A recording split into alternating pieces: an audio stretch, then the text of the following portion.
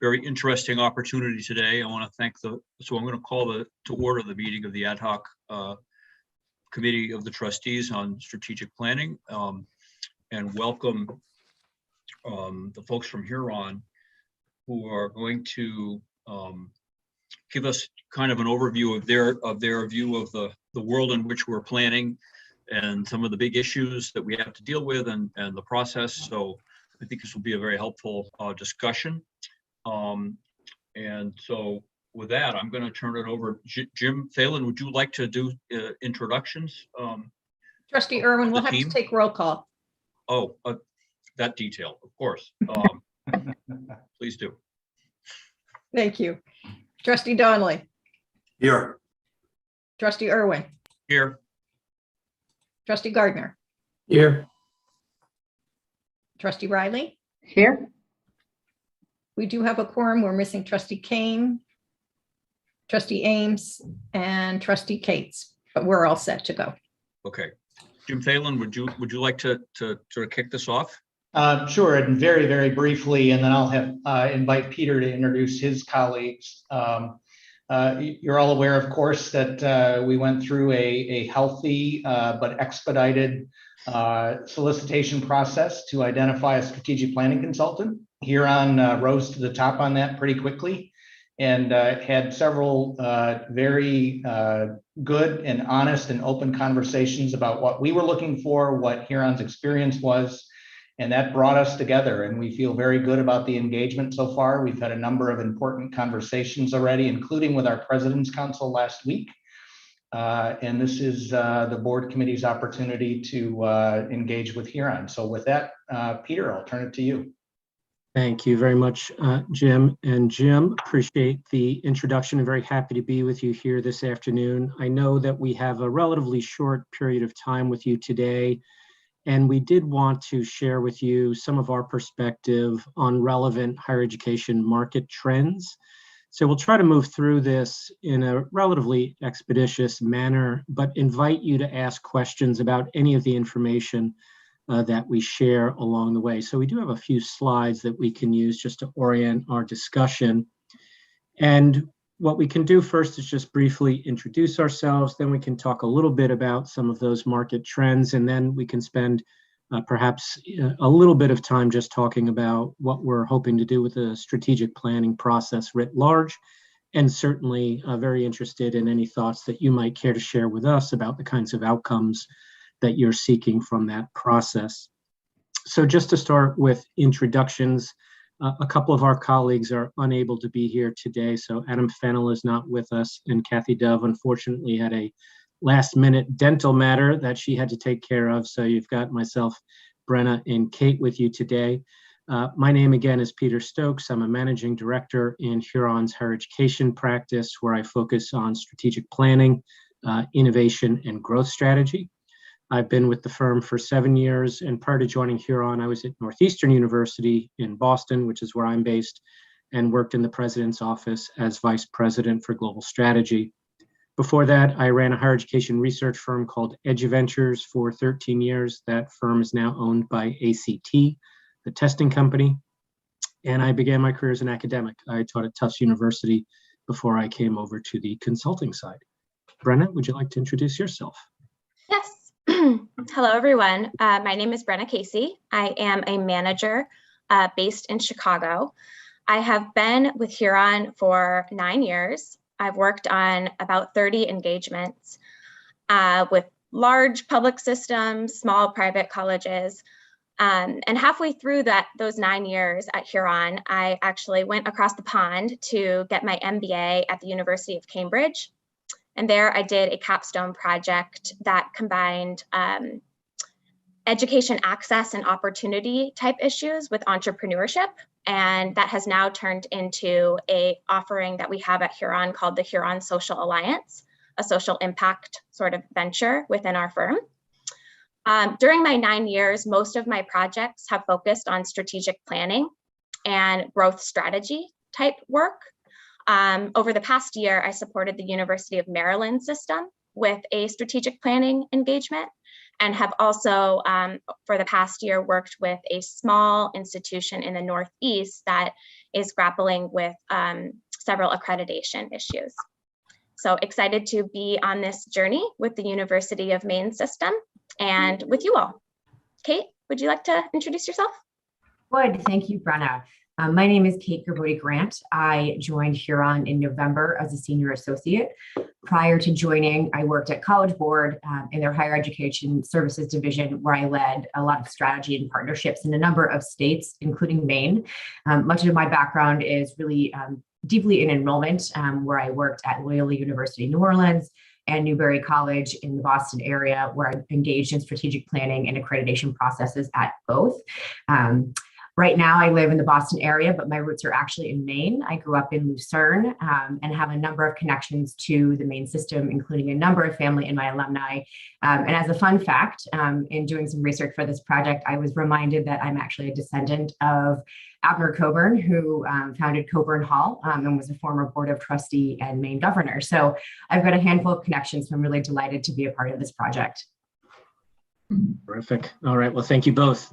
So first, just very briefly, just to give you a little bit of a sense of some of the other public institutions and public systems that we've worked with. Our work with really virtually every state in the union has focused on areas as diverse as planning, thinking about cost containment and organizational design and restructuring, looking at growth opportunities, as well as overall financial management.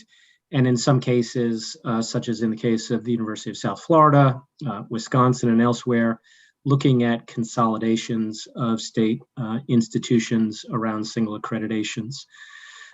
So fairly broad experience in the public system domain. Given that one of the areas of focus here at the Maine system is really around the opportunity to share academic assets, curricular assets, program sharing, and so on and so forth. I just want to note that given all of the diverse activity that we're engaged in coast to coast across the country, we do see many other public systems similarly looking for efficiencies in how their institutions share programs from campus to campus, university to university, and so on. And so just to name a few, there are conversations about this very topic underway in Iowa, in North Carolina, in Ohio, Florida, Maryland, Tennessee, and others. So many of the issues that you are all considering to be opportunities, other institutions are also seeking to realize. And of course, many of the pressures that you are facing are also being faced by other institutions. But we also know that every context is different. Every context is local. And we know that Maine has some unique characteristics and some special pressures and also some unique opportunities. So we'll be able to talk a little bit about those as we go forward. The purpose in highlighting some of what we take to be some of the central sort of market trends in higher education is not so much to tell you things you don't know, but really to set the table for what we think really are the relevant parameters of our conversation around the strategic plan for the University of Maine system. So some of this may be quite familiar to you, some of it may be perhaps a little bit less familiar, but the purpose in raising these thematic areas is really for us to begin thinking about, well, what does this mean in our context? And how should we be thinking about these opportunities and challenges in the context of our strategic plan? So we want to organize our conversation around these themes in a number of different areas. And we want to be thinking about what these trends suggest, both for the near term and what they might also suggest for the mid or longer term. So when we think about planning, we really think about two different orientations toward questions relative to the future. One is thinking about the near term and really leveraging a kind of present forward planning based on, a solid understanding of the current fact base. But we also want to be thinking about some scenario planning with respect to the longer term and how the environment might evolve from a student demand perspective, from a competitive perspective, from a regulatory perspective, and so on and so on. And in that regard, think about it from a sort of future back orientation.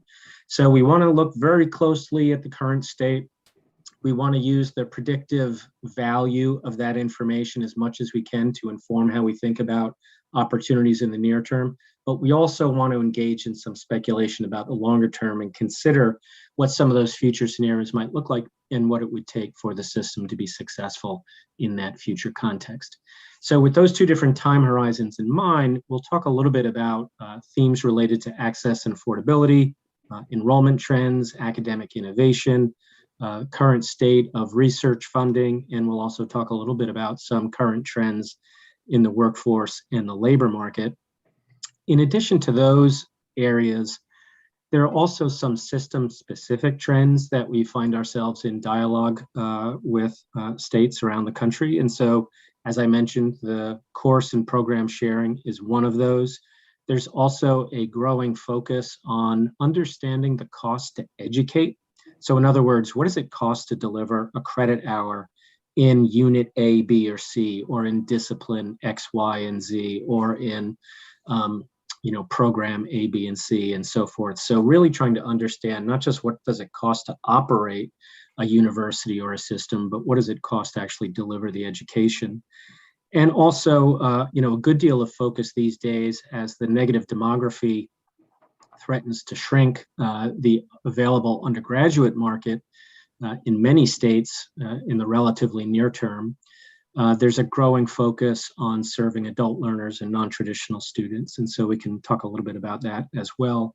But it is important to think about some of these trend areas in the context of things like demographics, increased competition, whether in-state or out-of-state, and also, of course, thinking about the impacts of this, 2+ years nearly of our COVID experience. And so what does that suggest with respect to how we manage staff? We know that over the past 2 years, there was as much as a 15% reduction in university administrative staff positions.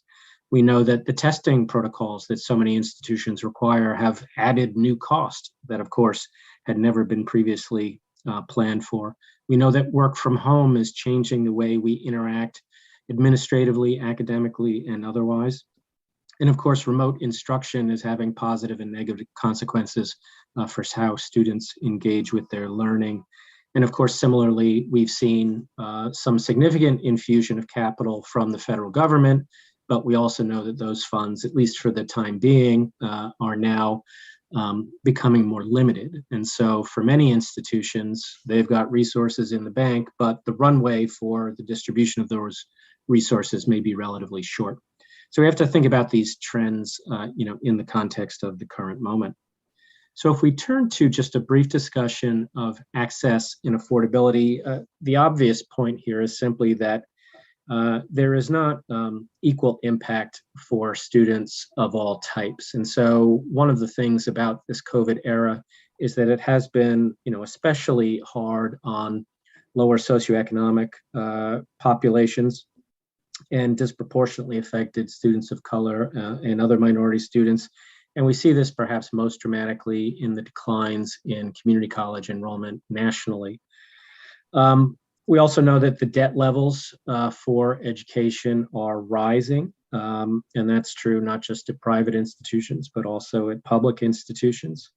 And so there are just a range of issues that students are now being confronted with in ways that are just more acute than they had been if we were to look at 2019, 2018, 2017. That's not to say that these pressures weren't there, they were, but the urgency around these issues has certainly been increased as a result of COVID. Also, as we're all aware, there's this thing that we're all looking forward to one way or another called the demographic cliff. If we can just advance to the next slide.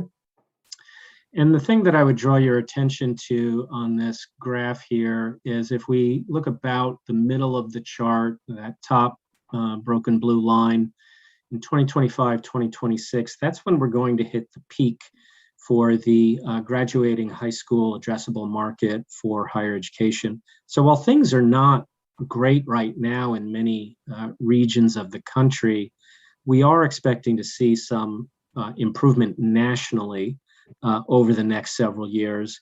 But at about the point 2026, we expect to see a very significant decline nationally in the addressable market for graduating high school seniors. And that is a consequence of the 2008 recession, right? 18 years prior to 2026. And that's when we saw a significant decline in the birth rate. If we look further out, this chart ends in 2035. But if we just look at the experience of the past 2 years, 2020 and 2021, we know very clearly that 2038 and 2039 are going to be similarly low points from a high school graduating class perspective, because the birth rate over the last 2 years has been among the lowest on record in the US. So, of course, there's significant variation in how these figures play out by region, and you can see that represented here by some of the different colors. But it is important to recognize that the Northeast is being hit hardest of all. And so we do have, migration out of the Northeast. We do have a declining population, and so that's going to put pressure on all institutions in this area. I should also just mention, if we go back to 2010, the overall population for post-secondary students in the US was 21 million. And by 2019, and those are the last years where we have official Department of Education data, it was 19.6 million. So that's already a significant decline. According to the National Student Clearinghouse, we've had significant further declines over the past 2 years, and we are now at about 18.5 million. So since 2010, that's a loss of about 2.5 million students, or about 12% of the total. So that's a pretty significant decline already. So again, we'll start to see some growth nationally for the next few years, but then about 2026, we'll see further decline. If we then turn to enrollment trends in the system, you can see here, university by university, what those enrollment trends have been like. There are, we see University of Maine remaining relatively flat. We also see Presque Isle actually growing. If we compare 2016-17 to 2020-21, about a 5% increase, but on the whole, a 7.2% decline across the system over this period of time. So again, that just underscores the criticality of thinking about how we size our organizations and leverage our resources in order to best serve the students who will be participating at our institutions. As I mentioned a moment ago, there is a sort of response to this shrinking market of traditional aged undergraduates to start to focus on part-time students, some of whom may be undergraduate part-time students, some of whom may be part-time graduate students. And the ages of these students might be much more in the 25 to 34 range, or even 35 and older. And so this requires us to think about the kind of recruiting that we do, the kind of programs we deliver, the kind of supplemental support services we provide to students in order to enable them to be successful. And just to give you some sense, again, if we use the 2019 figures of 19.6 million post-secondary students, 12 million of those were full-time, so about 60%, and 7.6 million of those were part-time, or about 40% of the whole. So the part-time audience is a significant portion of the overall higher education population. Now, one of the other things that we want to be thinking about is the evolution in how we deliver our curricula. And so one of the areas where we see the most pronounced activity when it comes to serving some of these newer audiences or non-traditional audiences is around digital delivery, online learning, hybrid programs. And we can think about institutions as falling into one of three different buckets when we think about their experience with and readiness for and ability to deliver online programs. And so there are, if we assume that we've been engaged in the online higher education market now for 25 or 30 years, And I taught my first online course back in 1996, so that is just about 25 years ago. There are many institutions that have been doing this for decades. There are fewer that are just starting to get into online learning, but there are still some digital newcomers. And we do see state systems across the country looking to either re-energize their online learning efforts or really significantly accelerate their growth in online learning. And so for these folks who fall more into the newcomer category, we do see state systems that are thinking about acquisition as a way to vastly accelerate their growth in the online. And so we see this in states like Arizona, in Arkansas. There are other public systems right now that are contemplating some very significant acquisitions of online providers in order to significantly grow their presence. And then there are other institutions that would fall into what we think of as the emerging adopters, folks who have some experience, they've been experimenting on this campus or that campus or in this department or that department.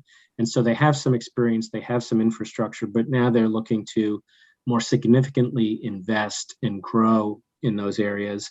And these institutions, by and large, are really trying to build their in-house capacity to develop programs, deliver programs, and provide the necessary support services to students. And then we have some universities that we would place in the advanced institution category.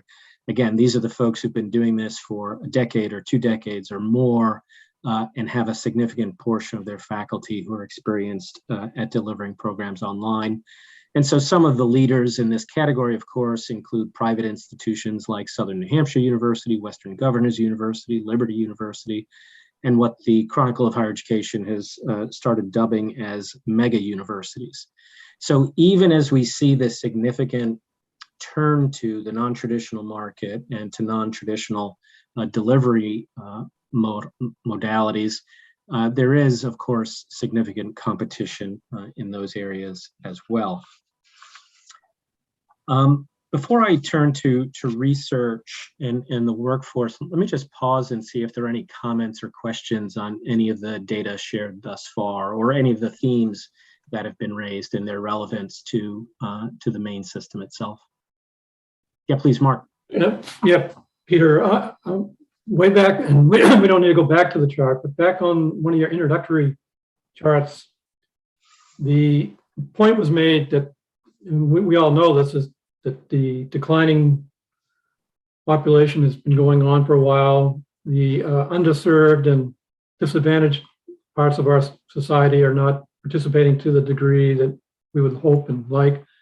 And the question that came to my mind was, has there been any studies done where the price of a 4-year public school education and what, how far down does it need to go to really make any difference in enrollment and attracting these other students? Or is price really, I'm sure it's a barrier at some certain point, but maybe it's not really that much of an attractor or a motivator to bring people in. I was just curious if there's been any work done on price to enrollment to different populations to bring them in. Yeah. No, it's a big question, an important question, and there has been significant public policy research on those questions for quite a long time. There are all kinds of barriers, unfortunately. I mean, even things like the FAFSA form, which parents have to fill out in order to understand what the estimated family contribution is to the tuition. That can be a challenge, especially for families that are not native English speakers. So there are just a whole host of challenges. Nevertheless, the point you make is an important one around pricing. And there are, I would say, many more institutions that we're engaged with today, as well as other institutions we're not working with, that are asking questions around how do we innovate around price. So, for example, you do see private institutions that are undertaking what are sometimes called tuition resets, where they effectively try to do away with their discount rate and just have a flat tuition price without discounting. And those have had very mixed results in terms of driving enrollment growth. And there are a whole bunch of technical reasons that we could talk about. It's also true that many families don't recognize that the price difference between a public institution in their region and a private after discounting can actually be quite similar, not quite as dramatically different as the sticker prices would suggest. So there's confusion that results from that. Yeah. We also see, though, universities asking themselves, should we have differential pricing for different kinds of undergraduate programs or different types of graduate programs? It's more common in the graduate category, but we're seeing more experimentation. Yeah. And we are seeing some institutions where there is no tuition. And those are rare, but they do exist. And in fact, I believe I just read earlier today that the state of Michigan is looking at starting a new HBCU that will have no tuition. Cooper Union in New York, Berea College, or other institutions that don't have tuition. So there's a lot to be investigated on that question, and we could certainly focus on it more in the future if helpful. Thank you, Peter. Yeah, I just wanted, as you probably know, we froze our tuition for, I think it was, Ryan, was it 6 years or 7 years or 7 of the last 12? And our decline in enrollment is not really any different than the rest of New England and the Northeast. So we didn't, the question is, what happened if we hadn't froze it? Would we have seen a steeper decline? But Right. But we don't know. Yeah. Right. And And also, we'd be happy which to- of our delayed substantially during that same window. Yeah. And which of our competitors have grown their population in that same time period, and why is there a difference? Right. And we are seeing some different outcomes in terms of growth rates across public and private institutions, in the resulting volatility of the past 2 years following COVID. So there are, whatever predictability enrollment managers could count on in years past, really been significantly disrupted by COVID. And there's some really counterintuitive results that we haven't, in all cases, been able to make sense of yet. But again, we'd be happy to, talk further in our future conversations with this group. Today, we just wanted to provide sort of a survey of trends, but in future, we can start to go more deeply into any number of these and bring some of our Huron colleagues who are specialists in one area or another to offer some perspective. Well, when it comes to putting a plan together, the actual strategy, I mean, these are the kinds of questions. Where do you put your pricing, and how much influence does that have versus other things that you might move or change or do differently? Right. Absolutely. Any other comments or questions before we move on to a brief discussion of research in the workforce? Okay, well, let's do that then. So as we think about where federal funding is going for research, we are drawing some lines of emphasis under areas like life sciences, engineering, and climate research. So here you can see some of the 2019 expenditures by various field and also the 10-year growth rate. My apologies, I think in the version of this document that you may have seen, the figures were reported as millions, but of course it's billions. And so when we think about, the largest overall investments being made in health sciences and biomedical sciences, some of the fastest growth rates are really in bioengineering and engineering, as well as electronic and communications engineering. But we also see growing focus in computer science and also in education.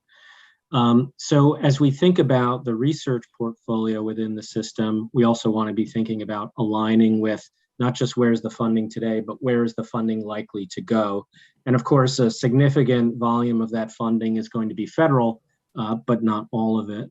And we did just want to highlight some of the current federal administration's plans around research, which are at least directionally quite positive. But again, underscoring a focus in areas like advanced computing and communications, as well as energy and biotech. So this is just some, large compass dial indicators for us to be thinking about where research expenditures might be going, and what are some of the natural alignments with assets and qualities associated with Maine as we think about opportunities going forward. And then with respect to the workforce and the labor market, I think this is stuff you're undoubtedly all familiar with. from your own professional lives, but certainly we do see an evolving shift towards some sort of new tolerance around remote and hybrid work. And obviously that has consequences for how organizations of all sort use their facilities and infrastructure, and what that means in terms of opportunities for managing overhead going forward, and as well as what it means for productivity to have workers who are not necessarily commuting, for 40 minutes or 60 minutes or some other amount of time each day. We also see increased focus on automation. So whether that means a reliance on things like artificial intelligence for routine processes, or whether that means increased application of AR or VR, virtual reality solutions, lots of work going in that area. And then also, of course, the continued digitization of all sorts of segments of the economy, which of course has been underway for a couple of decades, but is now starting to reach segments of the economy that historically may have been more reluctant to consider the possibilities of digital transformation. Education, I would say, being one of those, notwithstanding, the experimentation that we have seen around online learning over the past, 25, 30 years. But we also see it in telemedicine. And again, a trend that's been vastly accelerated in the COVID era. So we will expect to see, continued influence of some of these trends going forward. If we take a look at some of the growth rates for jobs in Maine, we have some data here that we've pulled from an organization called MC, which is an economic modeling organization that has labor market data in real time that you can, drill down to by zip code.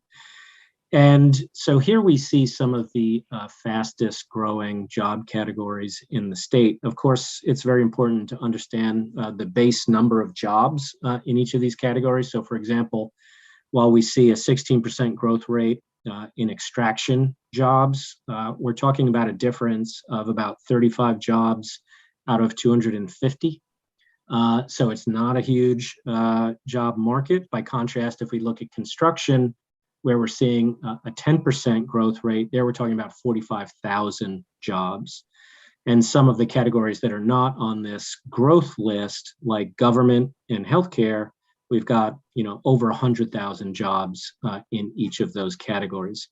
Nevertheless, as we think about the academic portfolio, we want to be thinking about the credentials and the non-degree offerings that we're delivering and how they help, whether it's traditional age undergraduates or non-traditional undergraduates or graduate students, as we think about helping them enter the workforce or advance down their career paths. We want to be thinking about alignment with local economic development priorities in the state of Maine, and of course elsewhere where your graduates go to live and work. And then finally, one other trend that we wanted to highlight around the relationship between institutions and the workforce is a closer collaboration with the broader ecosystem. In some respects, of course, there's this myth that the college or the university is a cloister on a hill and that removed from the world. But of course, in reality, colleges and universities have already been embedded in the economic environments within which they've been situated. But building deeper connections with the local economy and the various forces and stakeholders engaged in that economy, that's become increasingly critical for universities. So for example, on the student-facing side, we see a growing emphasis on digital platforms that connect large numbers of students to large numbers of jobs. And so one example of such a platform is an organization called Handshake, which functions as an intermediary between universities, their students, and the workforce. Of course, for many, many decades, we've seen universities leverage advisory boards to inform the contours and focus of curriculum, but we're starting to see those advisory boards get much more involved in helping to brainstorm the design of curricula, not just sort of vet it and offer points of view, but really becoming co-creators of what's considered a market-relevant curricula. And then we do see certain institutions that are taking almost an account management approach to how they think about managing different relationships they have with their external stakeholders, whether those are government, nonprofit, corporate, or other. And so we see institutions, for example, like Bentley University, which has a number of different advisory boards. To be a member of those advisory boards, you have to provide a certain kind of philanthropic support to the university. And as a consequence of that support, not only do you get to influence the design of things like curriculum, but you also get some privileged access to students that you might choose to have come as interns or ultimately hire upon graduation. And certainly, given my background at Northeastern and the co-op orientation of that university, where there are over 3,000 corporate partners, there are many, many ways in which there's a kind of a pyramid of relationship development with, again, nonprofit, for-profit, and government entities in that context. And then finally, perhaps in the most thoroughgoing sort of engagement we see is not just making programs available to these non-traditional student markets, let's say corporate employees or government employees, but really developing unique programs designed to meet the professional development and skills development needs of some of these audiences. And so Georgia Tech, for example, has been a leader in this category, and a number of years ago launched an online master's program in computer science funded by first $2 million from AT&T and then another $2 million gift from AT&T, and now has enrollments of more than 12,000 in that master's program delivered online at scale. So again, that just suggests some of the relevant trends. We're happy to talk a little bit about these right now, but also to dive into these in a bit more depth. I guess the question from our perspective is, of these many trends and others you might wish to raise that we didn't talk about just now, what do you think are the trends that are going to be most impactful in Maine that we should be taking into consideration as we engage with universities across the system and various stakeholders and help to develop this strategic plan?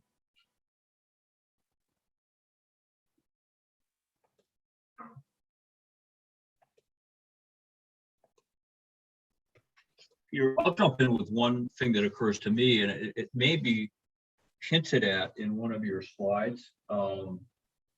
Going back to the one that showed the, I'm going to find it here. It showed the areas of growth in Maine industries. And we see this, there's management of companies and enterprises, which is basically knowledge, white collar type jobs. And I suspect that probably cuts across a bunch of industries from legacy industries to new technology type industries. But it seems to me that one of the things that Maine has to grapple with, and that therefore this university system has to grapple with, is a transformation of Maine's economy from the former to the latter. Right. Which is not to say that all of our kind of forest products and natural resources industry is going to disappear, but that it's going to become a shrinking percentage of the state's GDP. And the real demand for employees and skills is shifting rapidly to a modern information economy. And I think that's just a fact that we've got to get our arms around as part of this process, so that we are, when somebody's knocking at the door, we open it to make sure that they get the opportunity and the knowledge that they need to be successful. Absolutely. No, couldn't agree more that economies are not static, and there's significant change underway in many regions of the country. And we do want to be thinking, again, both about the near term, the near current state, and we also want to be thinking about the longer term and build capacity to meet the expectations further down the road as well. Peter, can I jump in on that same chart? Please. I think one of the pressure points on the growth of the mining, quarrying, and oil and gas extraction will be political. Those are not uncontroversial areas, and I think where that goes is questionable. And I was curious, healthcare today is, I think, the biggest private employer in Maine. And do you see no growth in healthcare? No, it's not no growth, but it's just not rising to the same level as some of these others. So relatively slower growth, but it is the largest sector. You're right, about 109,000. And so obviously those jobs, people retire, people move to other career paths, other industries. So there's plenty of jobs to be, backfilled in those segments as well. So we don't just want to look at job growth. We do also, want to be thinking about curating the jobs that exist. But, it does also speak to, getting to this sort of economic change. If we think about industries like healthcare and the, let's say what we would all think of as sort of a traditional, okay, we go to the hospital and we get a problem dealt with. Increasingly, we're seeing a shift toward healthcare in the home. And so how does that impact how we train nurses? How does that impact how we train other medical professionals? And what does that suggest about the numbers of, X, Y, or Z personnel that we need going forward? And what do they need to be in order to be equipped to do their jobs in the future? So those are some of the kinds of trends we want to be thinking about. And telehealth and the Absolutely. increasing use of technology. Yeah.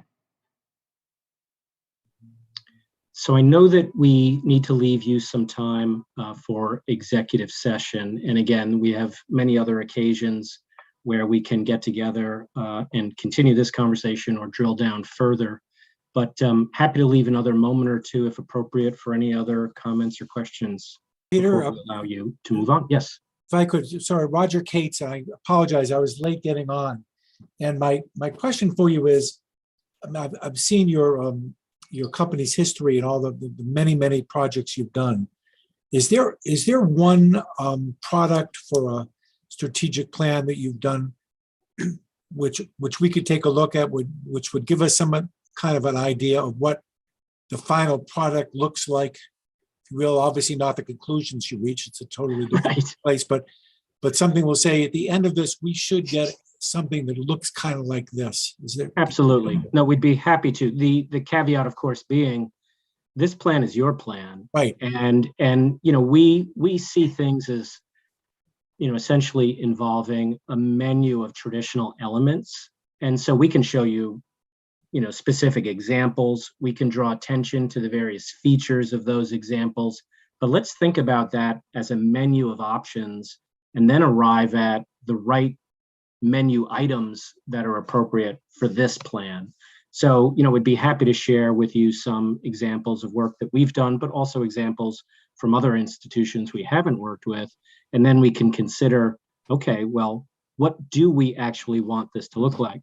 One of the things that I also want to emphasize, and you'll see this in the slides, but we won't have time to get into it today, we do make a distinction between outputs and outcomes.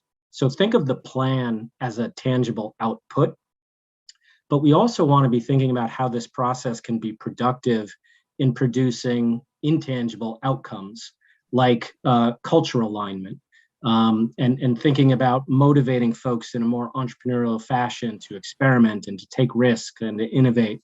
So we want to be thinking about both of those sorts of things simultaneously, but we'd be happy to bring some examples of outputs for us to consider going forward. Thanks very much. Jim, any other questions or comments before we let you go? Yeah, has anybody got, this was a quick dive. It was very, very helpful. So thank you for that. Good. It's very It good. should prompt a lot of discussion and thinking. Mark?